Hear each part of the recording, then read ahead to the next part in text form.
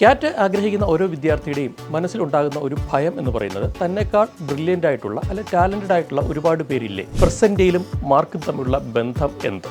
പലപ്പോഴും കുട്ടികൾ ചെയ്യുന്നൊരു മിസ്റ്റേക്ക്, പഠിച്ച് കഴിഞ്ഞതിന് ശേഷം നമുക്ക് പ്രാക്ടീസ് ചെയ്യാം അല്ലെങ്കിൽ മോക്ക് ടെസ്റ്റുകൾ ചെയ്യാം എന്ന് തീരുമാനിക്കുന്നതാണ്. 8 ക്വസ്റ്റ്യൻസ് വെച്ച് ഓരോ സെഷനിലേക്ക് വന്ന് നിൽക്കുകയാണെങ്കിൽ നമുക്ക് 24 ക്വസ്റ്റ്യൻസ് ചെയ്യാം. 24 ക്വസ്റ്റ്യൻസ് ഒക്കെ ചെയ്യുകയാണെങ്കിൽ നമുക്ക് ക്യാറ്റിന് കിട്ടുന്ന പെർസെൻറ്റേജ് എന്ന് പറയുന്നത് 94-95% ആയിരിക്കും. MBA കോഴ്സ് സീരിയസ് ആയിട്ട് കാണുന്ന ഓരോ വിദ്യാർത്ഥിയും വളരെ പ്രാധാന്യത്തോടുകൂടി കാണുന്ന ഒരു എൻട്രൻസ് എക്സാമിനേഷനാണ് ക്യാറ്റ്. പക്ഷേ നിർഭാഗ്യവശാൽ ക്യാറ്റ് ഒഴിവാക്കി പോകുവാനാണ് കൂടുതൽ ആളുകളും താല്പര്യപ്പെടുന്നത്. അതിന് കാരണം ക്യാറ്റ് വളരെ ടഫാണ് എന്നുള്ളൊരു മിഥ്യാധാരണ കുട്ടികൾക്കിടയിലുണ്ട് എന്നുള്ളതാണ്. അതുകൊണ്ട് തന്നെ അതിനേക്കാൾ പ്രാധാന്യം കുറഞ്ഞ മറ്റു പല എൻട്രൻസുകളിലേക്കും പോകാനാണ് എല്ലാവർക്കും താല്പര്യം. ക്യാറ്റ് ശരിക്കും ടഫാണോ? അതാണ് നമ്മളിന്ന് അനലൈസ് ചെയ്യുന്നത്. അപ്പോൾ ഒരു ബിസിനസ് മേഖലയിലേക്ക് പോകാൻ ആഗ്രഹിക്കുന്ന ഒരു വിദ്യാർത്ഥി എപ്പോഴും ചിന്തിക്കേണ്ടത് ഒരു ബിസിനസ് മൈൻഡിലാണ്. ക്യാറ്റ് ആഗ്രഹിക്കുന്ന ഓരോ വിദ്യാർത്ഥിയുടെയും മനസ്സിലുണ്ടാകുന്ന ഒരു ഭയം എന്ന് പറയുന്നത് തന്നെക്കാൾ ബ്രില്യൻ്റ് ആയിട്ടുള്ള അല്ലെ ടാലൻറ്റഡ് ആയിട്ടുള്ള ഒരുപാട് പേരില്ലേ, അതുകൊണ്ട് തന്നെ എനിക്ക് ഒരു IIM അല്ലെങ്കിൽ അതുപോലുള്ളൊരു ടോപ്പ് B സ്കൂൾ പ്രവേശനം സാധ്യമാകുമോ എന്നുള്ളതാണ്. പക്ഷേ നമ്മളവിടെ ചിന്തിക്കേണ്ട ഒരു കാര്യം, ബിസിനസ് മേഖലയിലുള്ള ആളുകളെ നമ്മൾ നോക്കുകയാണെങ്കിൽ അവിടെ ടാലൻറ്റ് എന്ന് പറയുന്ന അല്ലെങ്കിൽ ബ്രില്യൻസി എന്ന് പറയുന്നതിനേക്കാൾ വലിയ പ്രാധാന്യം ഇല്ലാത്ത ആളുകളാണ് പലപ്പോഴും ശോഭിക്കാറുള്ളത്. അതിന് കാരണം അവർക്ക് അവൈലബിൾ ആയിട്ടുള്ള റിസോഴ്സസ് അല്ലെങ്കിൽ സമയം ഇതൊക്കെ വളരെ ഫലപ്രദമായി ഉപയോഗിക്കുന്നുണ്ട് എന്നുള്ളതാണ്. അങ്ങനെ വരുമ്പോൾ ആ ഒരു പാത പിന്തുടരുക എന്നുള്ളതാണ് ക്യാറ്റ് ആഗ്രഹിക്കുന്ന ഓരോ വിദ്യാർത്ഥിയും ചെയ്യേണ്ടത്. അങ്ങനെയെങ്കിൽ ക്യാറ്റ് നമുക്ക് വളരെ എളുപ്പത്തിൽ തന്നെ ക്രാക്ക് ചെയ്യാനായിട്ട് സാധിക്കും. ഞാൻ പറഞ്ഞത് optimum utilisation of resources and time with a clear cut plan. ഇങ്ങനെ ഉണ്ടെങ്കിൽ നമുക്ക് ക്യാറ്റ് നല്ല രീതിയിൽ തന്നെ ക്രാക്ക് ചെയ്തെടുക്കാനായിട്ട് സാധിക്കും. അത് എങ്ങനെ സാധിക്കും എന്നുള്ളതിനെക്കുറിച്ചാണ് നമ്മൾ ഇന്ന് ഈ വീഡിയോയിൽ ഡിസ്കസ് ചെയ്യുന്നത്. Welcome to Entri app MBA. CAT എന്ന് പറയുന്ന എൻട്രൻസ് എക്സാം 2 മണിക്കൂറുള്ള 66 ക്വസ്റ്റ്യൻസ് ഉള്ള ഒരു എൻട്രൻസ് എക്സാമിനേഷനാണ്. അപ്പോൾ 66 ക്വസ്റ്റ്യൻസാണ് നമ്മുടെ മുന്നിൽ ഉള്ളത്. അപ്പോൾ 66 ക്വസ്റ്റ്യൻസ് ഉള്ള ഈ ക്യാറ്റ് എക്സാമിനേഷന് ഓരോ കറക്റ്റ് ആൻസറിനും നമുക്ക് 3 മാർക്ക് വെച്ച് കിട്ടുന്നുണ്ട്. അങ്ങനെ വരുമ്പോൾ ക്യാറ്റിൻ്റെ ടോട്ടൽ മാർക്ക് എന്ന് പറയുന്നത് 66 × 3 198 മാർക്കാണ്. അപ്പോൾ ഈ പറയുന്ന 66 ക്വസ്റ്റ്യൻസ് 3 സെക്ഷനിൽ നിന്നാണ് വരുന്നത്, അല്ലെങ്കിൽ 3 ഏരിയയിൽ നിന്നാണ് വരുന്നത്. ഒന്ന് ക്വാണ്ടിറ്റേറ്റീവ് എബിലിറ്റി അഥവാ മാത്തമാറ്റിക്സ്, ഇംഗ്ലീഷ്, മൂന്നാമത്തത് logical reasoning and data interpretation. ഈ 3 സെഷൻസാണ് നമുക്ക് ക്യാറ്റിൽ അറ്റൻഡ് ചെയ്യായിട്ടുള്ളത്. അപ്പോൾ 66 ക്വസ്റ്റ്യൻസാണ് നമുക്കുള്ളത് എന്ന് ഞാൻ പറഞ്ഞു. അതിന് കിട്ടേണ്ട മാക്സിമം മാർക്ക് 198 മാർക്കാണ്. അപ്പോൾ നമ്മളെ സംബന്ധിച്ചോളം പരിശോധിക്കുകയാണെങ്കിൽ ഏറ്റവും ഉയർന്ന B സ്കൂളുകൾ, IIM top B school IIMs എന്നൊക്കെ പറയുകയാണെങ്കിൽ അവിടെ കിട്ടുവാൻ വേണ്ട ഒരു മിനിമം പെർസെൻറ്റേജ് എന്ന് പറയുന്നത് 95% ആണ്. പെർസെൻറ്റേജ് എന്താണെന്ന് കൂടി നമ്മളൊക്കെ ആദ്യം ഒന്ന് മനസ്സിലാക്കേണ്ടതുണ്ട്. എന്താണ് ഈ പെർസെൻറ്റേജ് കൊണ്ട് ഉദ്ദേശിക്കുന്നത്? പലപ്പോഴും കുട്ടികൾക്ക് കൺഫ്യൂഷൻ ഉണ്ടാകുന്നൊരു വേർഡാണ് പെർസെൻറ്റേജ്. പെർസെൻറ്റേജിനെ പെർസെൻറ്റേജുമായിട്ട് നമ്മൾ തെറ്റിദ്ധരിക്കാറുണ്ട്. പെർസെൻറ്റേജും തമ്മിൽ ഡയറക്റ്റായിട്ട് യാതൊരു ബന്ധവും ഇല്ല. എന്താണ് പെർസെൻറ്റേജ്? നമുക്ക് 80% കിട്ടി എന്ന് പറഞ്ഞാൽ, ഒരു ഉദാഹരണം പറയുകയാണെങ്കിൽ 80% കിട്ടി എന്ന് പറഞ്ഞാൽ അത് ഉദ്ദേശിക്കുന്നത് എക്സാം എഴുതിയതിൽ 80% ആളുകളും മാർക്കിൻ്റെ കാര്യത്തിൽ നമ്മുടെ പുറകിലാണ് എന്നുള്ളതാണ്. അതായത് എത്ര പേർ നമ്മുടെ പുറകിലുണ്ട്, എത്ര percentage of candidates exam attend ചെയ്തവർ നമ്മുടെ പുറകിലുണ്ട് എന്ന് കാണിക്കുന്ന ഒരു ഇൻഡിക്കേറ്റർ മാത്രമാണ് പെർസെൻറ്റൈൽ. അപ്പോൾ എനിക്ക് 60% കിട്ടിയെന്ന് പറഞ്ഞാൽ എക്സാം എഴുതിയതിൽ 60% ആളുകളും എൻ്റെ പുറകിലാണ് എന്നുള്ളതാണ്. അപ്പോൾ നമുക്കറിയാം ടോപ്പ് B സ്കൂളുകളിൽ കിട്ടുവാൻ നമുക്ക് മിനിമം ഒരു 90% എങ്കിലും ആവശ്യമുണ്ട്. അപ്പോൾ 90% എന്ന് കേൾക്കുമ്പോൾ പലപ്പോഴും നമ്മളതിനെ പെർസെൻറ്റേജുമായി കണക്ട് ചെയ്യുകയും ഇതെന്നെക്കൊണ്ട് സാധിക്കുകയില്ല എന്ന് തീരുമാനിക്കുകയുമാണ് ചെയ്യാറ്. ഇവിടെയാണ് നമ്മൾ പെർസെൻറ്റേജ് എന്നുള്ളതിൻ്റെ യഥാർത്ഥ രീതി നമ്മളൊന്ന് മനസ്സിലാക്കേണ്ടത്. പെർസെൻറ്റേജിലും മാർക്കും തമ്മിലുള്ള ബന്ധം എന്ത്? ഇപ്പോൾ ഇക്കഴിഞ്ഞ ക്യാറ്റ് എക്സാമിന് 90% കിട്ടിയ ആളുടെ മാർക്ക് എത്രയാണ്? 198 എത്ര മാർക്ക് കിട്ടിയവരാണ് ഒരു 90%ലേക്ക് വരുന്നത്? അവർ ശരിക്കും പറഞ്ഞാൽ 66 ക്വസ്റ്റ്യൻസ് ഉള്ള എക്സാമിനേഷന് ഏകദേശം 20 ക്വസ്റ്റ്യൻസ് ആണ് അറ്റൻഡ് ചെയ്തത്. അതായത് 20 ക്വസ്റ്റ്യൻസ് എന്ന് പറഞ്ഞു കഴിഞ്ഞാൽ ഏകദേശം 60 മാർക്ക് റേഞ്ച് നമുക്ക് മേടിക്കുവാൻ സാധിക്കുന്നുണ്ടെങ്കിൽ നമുക്ക് 90% കിട്ടുകയും അത് പലപ്പോഴും പല IIMകളിലേക്ക് നമ്മളെ കൊണ്ട് എത്തിക്കുകയും ചെയ്യും. ഇത് നമ്മൾ ബേസിക്കലി ആദ്യം തന്നെ മനസ്സിലാക്കണം. ഈ പറയുന്ന പോലെ 198 180 മാർക്ക് ഒന്നും ആരും മേടിക്കാറില്ല. വളരെ കുറച്ച് ആളുകൾ മാത്രം 134 മാർക്ക് മേടിച്ചവരാണ് ഇത്തവണ 99.99% എത്തിച്ചേർന്നിരിക്കുന്നത്. അപ്പോൾ 90% വേണ്ടത് നമുക്ക് എത്ര ക്വസ്റ്റ്യൻസ് ആണ്? നമ്മൾ പറഞ്ഞതുപോലെ 20 ക്വസ്റ്റ്യൻസ് നിങ്ങൾക്ക് ചെയ്യാൻ സാധിക്കുന്നുണ്ടെങ്കിൽ നിങ്ങൾക്ക് 90% എത്താൻ സാധിക്കും. അതേസമയം നിങ്ങൾക്ക് ഒരു 16 ക്വസ്റ്റ്യൻസ് ആണ്, 16 ക്വസ്റ്റ്യൻസ് ആണ് നിങ്ങൾക്ക് അറ്റൻഡ് ചെയ്യാൻ സാധിക്കുന്നതെങ്കിൽ നിങ്ങൾ വന്ന് നിൽക്കുന്നത് 80%ലാണ്. വളരെ ഡീസൻ്റ് ആയിട്ടുള്ള നല്ല ബി സ്കൂൾ കിട്ടുവാൻ ആ ഒരു മാർക്ക് നിങ്ങളെ സഹായിക്കും. നോക്കണം, 66-ൽ 16 ക്വസ്റ്റ്യൻസ്, നിങ്ങളവിടെ 50 ക്വസ്റ്റ്യൻസ് വിട്ടുകൊള്ളാനാവും. 16 ക്വസ്റ്റ്യൻസ് ചെയ്യുവാൻ സാധിക്കുന്നുണ്ടെങ്കിൽ നിങ്ങൾ 80% കിട്ടും. അങ്ങനെ വരുവാണെങ്കിൽ ഗ്രേറ്റ് ലേക്സ് പോലുള്ള അല്ലെങ്കിൽ ലിബ പോലുള്ള അല്ലെങ്കിൽ ഈ പറയുന്ന XIME ബാംഗ്ലൂർ പോലുള്ള പല ബി സ്കൂളിലേക്ക് നമുക്ക് എത്തിച്ചേരുന്നതിന് ഈ മാർക്ക് നമ്മളെ സഹായിക്കുകയും ചെയ്യും. അപ്പോൾ നമുക്ക് നോക്കാം എങ്ങനെ നമുക്ക് ഈ പെർസെൻറ്റേജുകളിലേക്ക് എത്തുവാനായിട്ട് സാധിക്കും. ക്യാറ്റിന് പ്രിപ്പയർ ചെയ്യുമ്പോൾ നമ്മൾ എന്ത് സ്ട്രാറ്റജിയാണ് അവിടെ ഉപയോഗിക്കേണ്ടത്? വെറുതെ ടോപ്പിക്കുകൾ മാത്രം പഠിച്ചു പോയതുകൊണ്ട് കാര്യമില്ല. നമ്മൾ അവിടെ ചെയ്യേണ്ടത് ടോപ്പിക്ക് പഠിക്കുന്ന കൂട്ടത്തിൽ തന്നെ മോക്ക് ടെസ്റ്റുകൾ ചെയ്ത് പ്രാക്ടീസ് ചെയ്യുക എന്നുള്ളത് കൂടി വളരെ പ്രധാനപ്പെട്ട കാര്യമാണ്. പലപ്പോഴും കുട്ടികൾ ചെയ്യുന്നൊരു മിസ്റ്റേക്ക്, പഠിച്ച് കഴിഞ്ഞതിന് ശേഷം നമുക്ക് പ്രാക്ടീസ് ചെയ്യാം അല്ലെങ്കിൽ മോക്ക് ടെസ്റ്റുകൾ ചെയ്യാം എന്ന് തീരുമാനിക്കുന്നതാണ്. അത് ഒരിക്കലും നടക്കുന്ന കാര്യമില്ല. നമ്മൾ പഠിക്കാൻ തുടങ്ങി ഏകദേശം 1 മാസം കഴിയുമ്പോൾ തന്നെ നമ്മൾ മോക്ക് ടെസ്റ്റുകൾ, ഓൺലൈൻ മോക്ക് ടെസ്റ്റുകൾ അറ്റൻഡ് ചെയ്യാനായിട്ട് തുടങ്ങണം. അപ്പോൾ നമ്മളെ സംബന്ധിച്ചുള്ള ഉണ്ടാകുന്നൊരു പേടി എന്ന് പറയുന്നത്, എനിക്ക് ഒരു മോക്ക് ടെസ്റ്റ് അറ്റൻഡ് ചെയ്യുമ്പോൾ അതിൽ 90% ക്വസ്റ്റ്യൻസും എനിക്ക് അറിഞ്ഞുകൂടാത്തതായിരിക്കും. സ്വാഭാവികമാണ്, കാരണം നമ്മൾ തുടങ്ങിയതേ ഉള്ളൂ, പഠിച്ചത്രയും എത്തിയിട്ടില്ല. പക്ഷേ അവിടെ ആദ്യത്തെ മോക്ക് ടെസ്റ്റുകളൊക്കെ നമ്മൾ കാണേണ്ടത് ഒരു പ്രാക്ടീസ് എന്ന രീതിയിലാണ്.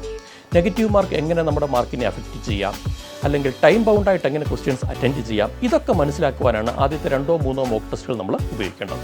അപ്പോൾ ഇതിൽ നിന്ന് വ്യക്തമായൊരു ധാരണ ഉണ്ടായ ശേഷം ആ സമയം നമ്മൾ പഠനത്തിൽ മുന്നേറുന്നതനുസരിച്ച് നമുക്ക് കൂടുതൽ ക്വസ്റ്റ്യൻസ് ചെയ്യുവാനായിട്ട് സാധിക്കും. വിട്ടുപോയ ക്വസ്റ്റ്യൻസ് പലതും നമുക്ക് വീണ്ടും റിപ്പീറ്റ് ചെയ്ത് പഠിക്കുന്നതിനും ഇത് സഹായിക്കുകയും ചെയ്യും. കൂടുതൽ മോക്ക് ടെസ്റ്റുകൾ ചെയ്യണം എന്ന് പറയുന്നതിൻ്റെ ഏറ്റവും പ്രധാനപ്പെട്ട കാര്യം, നമുക്കൊരു സ്കിൽ ഡെവലപ്പ് ചെയ്തെടുക്കേണ്ടതുണ്ട്. എന്ത് സ്കില്ലാണ്? നമുക്കറിയാം, ആകെ 2 മണിക്കൂറാണ് നമ്മുടെ മുന്നിലുള്ളത്. ആ 2 മണിക്കൂറിൽ 3 സെഷൻസ് നമുക്ക് അറ്റൻഡ് ചെയ്യേണ്ടതുണ്ട്. ഓരോ സെഷനും നമുക്ക് അറ്റൻഡ് ചെയ്യാൻ കിട്ടുന്നത് 40 മിനിറ്റ് സമയമാണ്. നമ്മൾ ക്യാറ്റ് എക്സാമിന് കയറുമ്പോൾ ആദ്യം നമുക്ക് കിട്ടുന്ന സെഷൻ ഇംഗ്ലീഷാണ്. അതിനകത്ത് ഏകദേശം നിലവിലെ പാറ്റേൺ വെച്ച് പറയുകയാണെങ്കിൽ 24 ക്വസ്റ്റ്യൻസ് ആണ് നമുക്ക് അറ്റൻഡ് ചെയ്യാനുള്ളത്. 24 ക്വസ്റ്റ്യൻസും 40 മിനിറ്റും. അപ്പോൾ ഇങ്ങനെയുള്ള ഒരു സമയബന്ധിതമായിരിക്കുന്നതിനാൽ നമുക്ക് ചെയ്യേണ്ട ഒരു പ്രധാനപ്പെട്ട കാര്യം, നമുക്ക് അറിയാവുന്ന ക്വസ്റ്റ്യൻസ് നമ്മൾ ആദ്യം സ്ക്രൂട്ടനൈസ് ചെയ്തെടുക്കുക എന്നുള്ളതാണ്. അപ്പോൾ കൂടുതൽ മോക്ക് ടെസ്റ്റ് ചെയ്യുമ്പോൾ നമുക്കുണ്ടാകുന്ന ഏറ്റവും പ്രധാനപ്പെട്ട അഡ്വാൻറ്റേജ് അതാണ്. നമ്മൾ അറിയേണ്ട ഏറ്റവും പ്രധാനപ്പെട്ട കാര്യം, ക്യാറ്റ് എക്സാം എന്ന് പറയുന്നത് ഡിസൈൻ ചെയ്തിരിക്കുന്നത് തന്നെ there are easy questions, there are moderate questions, difficult questions are there, very difficult questions are there. ഈ രീതിയിൽ തന്നെയാണ്. അപ്പോൾ ക്യാറ്റ് എക്സാമിന് നമ്മൾ വിചാരിക്കുന്ന പോലെ ടഫ് എന്ന് പറയുമ്പോൾ അതിനകത്ത് ഈസി ക്വസ്റ്റ്യൻസ് ഉണ്ട്, മോഡറേറ്റ് ക്വസ്റ്റ്യൻസ് ഉണ്ട്, ഡിഫിക്കൽട്ട് ക്വസ്റ്റ്യൻസ് ഉണ്ട്, അതുപോലെ വെരി ഡിഫിക്കൽട്ട് ക്വസ്റ്റ്യൻസും ഉണ്ട്. ഈ വെരി ഡിഫിക്കൽട്ട് ക്വസ്റ്റ്യൻസ് എന്ന് പറയുന്ന പലപ്പോഴും ഒരു 5% ഒക്കെ കാണാറുള്ളൂ. ഇത് നമ്മൾ ആദ്യം തന്നെ മനസ്സിലാക്കണം. അപ്പോൾ ഈസി ക്വസ്റ്റ്യൻസ് ഏത്, മോഡറേറ്റ് ക്വസ്റ്റ്യൻസ് ഏത് എന്നൊക്കെ അനലൈസ് ചെയ്തെടുക്കാൻ അല്ലെങ്കിൽ നമുക്ക് ഒന്ന് സ്ക്രൂട്ടനൈസ് ചെയ്തെടുക്കാൻ നമുക്ക് സാധിച്ചുവെങ്കിൽ ക്യാറ്റിൽ നല്ല പെർസെൻറ്റേജ് മേടിക്കാൻ നമുക്ക് സാധിക്കും. അപ്പോൾ നമ്മൾ കൂടുതൽ മോക്ക് ടെസ്റ്റുകൾ വെച്ച് പ്രാക്ടീസ് ചെയ്യുമ്പോൾ നമ്മൾ അറിയാതെ തന്നെ ഈ എബിലിറ്റി നമ്മൾ ഉണ്ടാകുകയാണ്. എന്ത് എബിലിറ്റിയാണ്? ഒരു ഓഡിറ്റ് നോട്ടത്തിലൂടെ തന്നെ നമുക്ക് ഈസി ക്വസ്റ്റ്യൻസും മോഡറേറ്റ് ക്വസ്റ്റ്യൻസും ഡിഫിക്കൽട്ടി ക്വസ്റ്റ്യൻസും ഒക്കെ ഐഡൻറ്റിഫൈ ചെയ്തെടുക്കാൻ സാധിക്കണം. അതായത് ഒരു സെഷനിൽ കയറി കഴിഞ്ഞാൽ 40 മിനിറ്റുള്ള ആ സെഷനിൽ ആദ്യത്തെ ഒരു 5 അല്ലെങ്കിൽ 8 മിനിറ്റ് നമ്മൾ ആ ക്വസ്റ്റ്യൻസിലൂടെ എല്ലാം ഒന്ന് ഓടിച്ചു നോക്കുകയും അതിൽ നിന്ന് നമുക്ക് ചെയ്യാൻ സാധിക്കുന്ന ഈസി മോഡറേറ്റ് ക്വസ്റ്റ്യൻസ് സെലക്ട് ചെയ്തെടുക്കുകയും ചെയ്യുക. അത് നമ്മളൊരു 15 മിനിറ്റുള്ളിൽ ചെയ്തെടുക്കാൻ സാധിക്കുകയാണെങ്കിൽ, 8 മിനിറ്റോളം നമ്മൾ എടുത്തു, പിന്നെ ഒരു 15 മിനിറ്റോളം എടുത്തോളൂ. ആ 15 മിനിറ്റ് കൊണ്ട് നമുക്ക് എടുക്കാൻ സാധിക്കുകയാണെങ്കിൽ വളരെ എളുപ്പത്തിൽ നമുക്കൊരു 85-90% നമ്മളത് സഹായിക്കും. പിന്നീടുള്ള സമയം നമുക്ക് ബോണസാണ്. അതിൽ ചെയ്തെടുക്കുന്ന 2-3 ക്വസ്റ്റ്യൻസ് പലപ്പോഴും നമ്മളൊരു 95, 98, 99%കളിലേക്ക് കൊണ്ടെത്തിക്കുകയും ചെയ്യും. ഈ സ്ട്രാറ്റജി നമുക്ക് വളരെ ഫലപ്രദമായിട്ട് ഉപയോഗിച്ചെടുക്കുവാൻ നമ്മളെ കൂടുതൽ മോക്ക് ടെസ്റ്റുകൾ ചെയ്യുന്നതിലൂടെ നമ്മളെ സഹായിക്കുന്നുണ്ട്. അപ്പോൾ മോക്ക് ടെസ്റ്റ് ചെയ്തെടുക്കേണ്ട ഒരു വളരെ പ്രധാനപ്പെട്ട അഡ്വാൻറ്റേജ് ഇങ്ങനെയുള്ളൊരു സ്കിൽ നമുക്ക് ഡെവലപ്പ് ചെയ്തെടുക്കുക എന്നുള്ളതാണ്. ഇനി മോക്ക് ടെസ്റ്റ് ചെയ്തെടുക്കുമ്പോൾ പലപ്പോഴും ഉണ്ടാകുന്ന ഒരു പരാതി, ആദ്യത്തെ 1 മാസം കഴിയുമ്പോഴേക്കും പല കുട്ടികളും ക്യാറ്റ് പ്രിപ്പറേഷൻ നിർത്തിപ്പോകാറുണ്ട്. എന്താണ് അവരുടെ പ്രശ്നം? അവരുടെ പ്രശ്നം എത്ര ചെയ്തിട്ട് നെഗറ്റീവ് മാർക്കാണ് വരുന്നത് എന്നുള്ളതാണ്. നെഗറ്റീവ് മാർക്ക് വരാനുള്ള കാരണം എന്താണ്? നമുക്ക് അറിയാത്ത ക്വസ്റ്റ്യൻസ് കയറി നമ്മൾ അറ്റൻഡ് ചെയ്യുന്നു എന്നുള്ളതാണ്. അപ്പോൾ അറിയാവുന്ന ക്വസ്റ്റ്യൻസ് മാത്രം, അത് 1, 2, 3 ആയിക്കോട്ടെ, നമ്മൾ അറ്റൻഡ് ചെയ്യാൻ ശ്രമിക്കുക.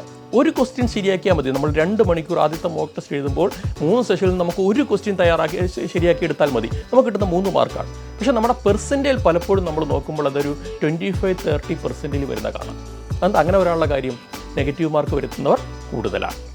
അപ്പോൾ ഈ ഒരു മെൻറ്റാലിറ്റിയിൽ ഒരു ക്വസ്റ്റ്യൻ എന്നുള്ളത് പിന്നീട് പതുക്കെ മോക്ക് ടെസ്റ്റുകൾ 2-3 ക്വസ്റ്റ്യൻസ് ആക്കാൻ ശ്രമിക്കുക.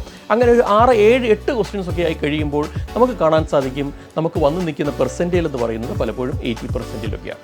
ഈ ഒരു ആത്മവിശ്വാസം ഉണ്ടാക്കുന്നതിന് നമുക്കത് ഈ ഒരു പെർസെൻറ്റേജിൽ എത്തുമ്പോഴേക്കും നമുക്ക് സാധിക്കുന്നുണ്ട്. അപ്പോൾ ഇങ്ങനെ ഒരു അപ്രോച്ച് നമ്മൾ ക്യാറ്റിന് എടുത്ത് പ്രാക്ടീസ് ചെയ്ത് വരികയാണെങ്കിൽ 8 ക്വസ്റ്റ്യൻസ് വെച്ച് ഓരോ സെഷനിലേക്ക് വന്ന് നിൽക്കുകയാണെങ്കിൽ നമുക്ക് 8×3 24 ക്വസ്റ്റ്യൻസ് ചെയ്യാം. 24 ക്വസ്റ്റ്യൻസ് ഒക്കെ ചെയ്യുകയാണെങ്കിൽ നമുക്ക് ക്യാറ്റിന് കിട്ടുന്ന പെർസെൻറ്റേജ് എന്ന് പറയുന്നത് 94-95% ആയിരിക്കും. നമ്മൾ പ്രതീക്ഷിക്കുക പോലും ചെയ്യാത്ത പല ടോപ്പ് ബി സ്കൂളുകളിലേക്കും എത്തുന്നതിന് നമ്മളതിനെ സഹായിക്കുകയും ചെയ്യും. അപ്പോൾ ഈ സ്ട്രാറ്റജി നമുക്ക് പ്രാക്ടീസിലൂടെ നേടിയെടുക്കാൻ സാധിക്കുന്നതാണ്. ഇനി ശ്രദ്ധിക്കേണ്ട വളരെ പ്രധാനപ്പെട്ട ഒരു കാര്യം, ക്യാറ്റിൻ്റെ ആപ്ലിക്കേഷൻ വിളിക്കുന്നത് ജൂലൈ എൻഡ് അല്ലെങ്കിൽ ഓഗസ്റ്റ് ഫസ്റ്റ് വീക്കാണ്. ഏകദേശം സെപ്റ്റംബർ ആകുമ്പോഴേക്കും മിക്ക ബി സ്കൂളുകളുടെയും ആപ്ലിക്കേഷൻ വിളിക്കാൻ തുടങ്ങിയിട്ടുണ്ടാകും. നമുക്ക് പലപ്പോഴും ഉണ്ടാകുന്നൊരു മിസ്റ്റേക്ക്, ക്യാറ്റിൻ്റെ റിസൾട്ട് വന്ന ശേഷം അപ്ലൈ ചെയ്യാം എന്ന് കരുതി കാത്തിരിക്കും. അപ്പോൾ ആപ്ലിക്കേഷൻ വിളിക്കുന്ന സമയം, ബി സ്കൂളുകൾ ആപ്ലിക്കേഷൻ വിളിക്കുന്ന സമയം സെപ്റ്റംബർ മുതലാണ്. പലപ്പോഴും ക്യാറ്റ് എക്സാമിനേഷനോട് കൂടി തന്നെ പല ബി സ്കൂളുകളുടെയും ആപ്ലിക്കേഷൻ ഡെഡ് ലൈൻ അവസാനിക്കുകയും ചെയ്യും. നമുക്ക് നഷ്ടപ്പെട്ടു പോകുന്നത് വലിയൊരു ചാൻസാണ്.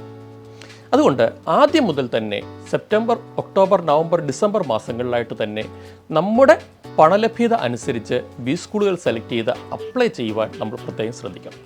നമ്മൾ എത്ര ബി സ്കൂളുകൾ അപ്ലൈ ചെയ്യണം, ഇതും നമ്മൾ ശ്രദ്ധിക്കേണ്ട ഒരു കാര്യമാണ്. നമ്മളൊരു 10 ബി സ്കൂളെങ്കിലും നമ്മൾ അറ്റൻഡ് ചെയ്യാൻ ശ്രദ്ധിക്കണം. എന്തുകൊണ്ടാണ് ഈ 10 ബി സ്കൂളെങ്കിലും അറ്റൻഡ് ചെയ്യുകയാണെന്ന് പറയുന്നത്?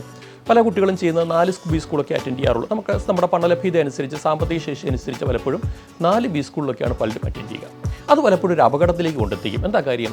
ഈ 4 ബി സ്കൂളുകൾ നമ്മൾ അപ്ലൈ ചെയ്യുമ്പോൾ ഈ 4 ബി സ്കൂളുകളിൽ നിന്നും നമുക്ക് ഇൻ്റർവ്യൂ കാൾ വരുമെന്ന് നമുക്ക് പ്രതീക്ഷിക്കാൻ സാധിക്കില്ല. ചിലപ്പോൾ ഒരു ബി സ്കൂളിൽ നിന്നായിരിക്കും നമുക്ക് ഇൻ്റർവ്യൂ കാൾ വരിക. ആ ഒരു ഇൻ്റർവ്യൂ കാൾ ആകെ ഒരു ബി സ്കൂളിൽ നിന്ന് വരുമ്പോൾ നമുക്ക് സംഭവിക്കുന്നത് എന്താണ്? നമ്മൾ ആ ഇൻ്റർവ്യൂ അറ്റൻഡ് ചെയ്യാൻ പോകുന്നത് എത്ര ടെൻഷനിലായിരിക്കും. കാരണം എന്താണ്? ഇത് കിട്ടിയില്ലെങ്കിൽ എൻ്റെ 1 വർഷം പോകും എന്ന ചിന്തയിലാണ്. അങ്ങനെ പോകുമ്പോൾ പലപ്പോഴും ആ ഇൻ്റർവ്യൂ നമുക്ക് പ്രശ്നത്തിലേക്ക് കൊണ്ടെത്തിക്കാൻ കാരണമായേക്കാം. അതുകൊണ്ടാണ് പറഞ്ഞത് മിനിമം ഒരു 10 ബി സ്കൂളെങ്കിലും അറ്റൻഡ് ചെയ്യാൻ ശ്രമിക്കുക. അപ്പോൾ എങ്ങനെ നമ്മൾ അറ്റൻഡ് ചെയ്യണം? സെപ്റ്റംബർ, ഒക്ടോബർ, നവംബർ ഒക്കെ ആകുമ്പോഴേക്കും നമുക്കുണ്ടാകുന്നൊരു അഡ്വാൻറ്റേജ്, നമ്മൾ കുറേയേറെ മോക്ക് ടെസ്റ്റ് ചെയ്ത് നമുക്കൊരു കോൺഫിഡൻസ് ഉണ്ടായിട്ടുണ്ടാകും എത്ര പെർസെൻറ്റേജ് എനിക്ക് കിട്ടാൻ സാധ്യതയുണ്ടാകും. മോക്ക് ടെസ്റ്റുകൾ ചെയ്യുമ്പോൾ നമുക്ക് എത്ര പെർസെൻറ്റേജ് ആയിട്ടുണ്ട് എന്നൊരു ഐഡിയ നമുക്ക് കിട്ടുന്നുണ്ടാകും. അപ്പോൾ അങ്ങനെ ഒരു ഐഡിയ നമുക്കിപ്പോൾ നമ്മുടെ പ്രിപ്പറേഷൻ വെച്ചാൽ നമുക്കൊരു 80%-ലേക്ക് ഞാൻ എത്താം എന്നൊരു ചിന്തയാണ് നമുക്കുള്ളതെങ്കിൽ നമ്മൾ ചെയ്യേണ്ടത് 10 ബി സ്കൂൾ അപ്ലൈ ചെയ്യുക. എങ്ങനെ അപ്ലൈ ചെയ്യുക? നമ്മുടെ ആ ഒരു ബ്രാക്കറ്റിൽ വരുന്ന രീതിയിൽ ഒരു 4 അല്ലെങ്കിൽ 5 ബി സ്കൂൾ അപ്ലൈ ചെയ്യുക. നമ്മുടെ ബ്രാക്കറ്റ്, അതായത് നമ്മളൊരു 80% പ്രതീക്ഷിക്കുന്നെങ്കിൽ ഒരു 80-85% റേഞ്ചിൽ വരുന്ന ബി സ്കൂളുകൾ നോക്കിയിട്ട് ഒരു 5 ബി സ്കൂളുകൾ നമ്മൾ അപ്ലൈ ചെയ്യുക. ഇനി പലപ്പോഴും സംഭവിക്കുക, നമുക്ക് ഇതിനേക്കാൾ ഉയർന്ന അല്ലെങ്കിൽ 90% അടക്കമുള്ള ബി സ്കൂളിലേക്ക് ചിലപ്പോൾ ആപ്ലിക്കേഷൻ കിട്ടിയെന്ന് വരാം, അല്ലെങ്കിൽ അവിടെ നിന്നുള്ള ഇൻ്റർവ്യൂ കാൾ നമുക്ക് കിട്ടിയെന്ന് വരാം. അത് പ്രതീക്ഷിച്ചുകൊണ്ട് നമ്മളൊരു 3 ബി സ്കൂളുകൾ നമ്മുടെ നെറ്റിന് പുറത്തുള്ള അല്ലെങ്കിൽ ഉയർന്ന് നിൽക്കുന്ന ബി സ്കൂളുകൾ അപ്ലൈ ചെയ്യാൻ ശ്രദ്ധിക്കുക. അപ്പോൾ 5 ബി സ്കൂളുകൾ നമ്മൾ നമ്മുടെ ബ്രാക്കറ്റിലുള്ള അപ്ലൈ ചെയ്തു. 3 ബി സ്കൂളുകൾ ബ്രാക്കറ്റിന് പുറത്ത് നമ്മുടെ പ്രതീക്ഷയ്ക്ക് അപ്പുറം നിൽക്കുന്ന ബി സ്കൂൾ നമ്മൾ അപ്ലൈ ചെയ്തു. ഇതുപോലെ താഴെയും ഒരു നെറ്റ് ഉണ്ടാവേണ്ടതുണ്ട്. അതായത് ഒരു 75-80% റേഞ്ചിൽ വരുന്ന 2 ബി സ്കൂൾ നമ്മൾ അപ്ലൈ ചെയ്യുക. ഇങ്ങനെ നമ്മളൊരു 10 ബി സ്കൂൾ അപ്ലൈ ചെയ്തിരിക്കുകയാണെങ്കിൽ തീർച്ചയായിട്ടും നമുക്ക് വരുന്ന ഇൻ്റർവ്യൂ കോളുകൾ ഒരു 7-8 ബി സ്കൂളിൽ നിന്നെങ്കിലും വരുന്നതായിരിക്കും. അപ്പോൾ നമുക്ക് തീർച്ചയായിട്ടും ഒരു കോൺഫിഡൻസോടുകൂടി ഇതല്ലെങ്കിൽ മറ്റൊന്നുണ്ട് എന്നുള്ള പ്രതീക്ഷയോടുകൂടി തന്നെ നമുക്ക് പോയി ഇൻ്റർവ്യൂ അറ്റൻഡ് ചെയ്യുന്നതിന് ഇത് സാധിക്കുകയും ചെയ്യും. അപ്പോൾ 90%-ലൊക്കെ മേടിച്ച പല കുട്ടികളും എന്നെ ക്യാറ്റ് കഴിഞ്ഞ് വിളിക്കാറുണ്ട്. അവർക്കുണ്ടാകുന്ന ഏറ്റവും പ്രധാനപ്പെട്ട പ്രശ്നം എന്താണെന്ന് വെച്ചാൽ, സാർ ക്യാറ്റിന് 90%-ലുണ്ട്, പക്ഷേ പല ബി സ്കൂൾ, ഞാൻ ഉദ്ദേശിച്ച ബി സ്കൂളിൻ്റെ ആപ്ലിക്കേഷൻ ഡെഡ് ലൈൻ കഴിഞ്ഞു പോയി, എന്ത് ചെയ്യുന്നുള്ളതാണ്, ഒന്നും ചെയ്യാൻ സാധിക്കില്ല. അപ്പോൾ അങ്ങനെ ഒരുപാട് പേർ നഷ്ടം വരുത്തുമ്പോൾ അത് നമ്മുടെ ഒരു ഓപ്പർച്യൂണിറ്റി ആയിട്ട് നമ്മൾ കണക്കാക്കുക. ഒരു പ്ലാനിങ്ങോടുകൂടി പോവുകയാണെങ്കിൽ ഭാവിയിൽ ഒരു ബിസിനസ് പ്രൊഫഷണൽ ആകുക എന്നുള്ള ലക്ഷ്യത്തിൽ നമ്മൾ പോകുമ്പോൾ നമ്മൾ ചെയ്യേണ്ട ഏറ്റവും പ്രധാനപ്പെട്ട കാര്യം, ഇങ്ങനെ ഒരു പ്ലാനിങ്ങിൽ നമ്മൾ നേരത്തെ തന്നെ ബി സ്കൂളുകൾ കൃത്യമായിട്ട് അപ്ലൈ ചെയ്ത് വെക്കുക, മോക്ക് ടെസ്റ്റുകൾ കൃത്യമായിട്ട് ചെയ്യുക, നമ്മുടെ പെർസെൻറ്റേജിനെ കുറിച്ച് ഐഡിയ ഉണ്ടാക്കിയെടുക്കുക എന്നുള്ളതാണ്. ഈ വീഡിയോ നിങ്ങൾക്ക് ഇഷ്ടമായി എന്ന് പ്രതീക്ഷിക്കുന്നു. ഇതുമായി ബന്ധപ്പെട്ട് എന്തെങ്കിലും സംശയങ്ങളുണ്ടെങ്കിൽ തീർച്ചയായിട്ടും കമൻറ്റ് ചെയ്യുക. വരുന്ന വീഡിയോകളിൽ നമ്മളത് ഉൾപ്പെടുത്തുന്നതായിരിക്കും. Thank you.